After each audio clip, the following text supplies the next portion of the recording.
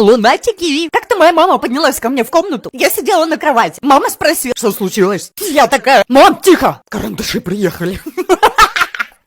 У меня сестра лунатик. Она однажды подошла ко мне, кинула в меня куртку и сказала: мы идем сдавать маму в детдом. Потом в комнату зашла мама. Я лежала на кровати. Младший брат встал, взял подушку и пошел пихать ее в шкаф. Я спросила, что он делает.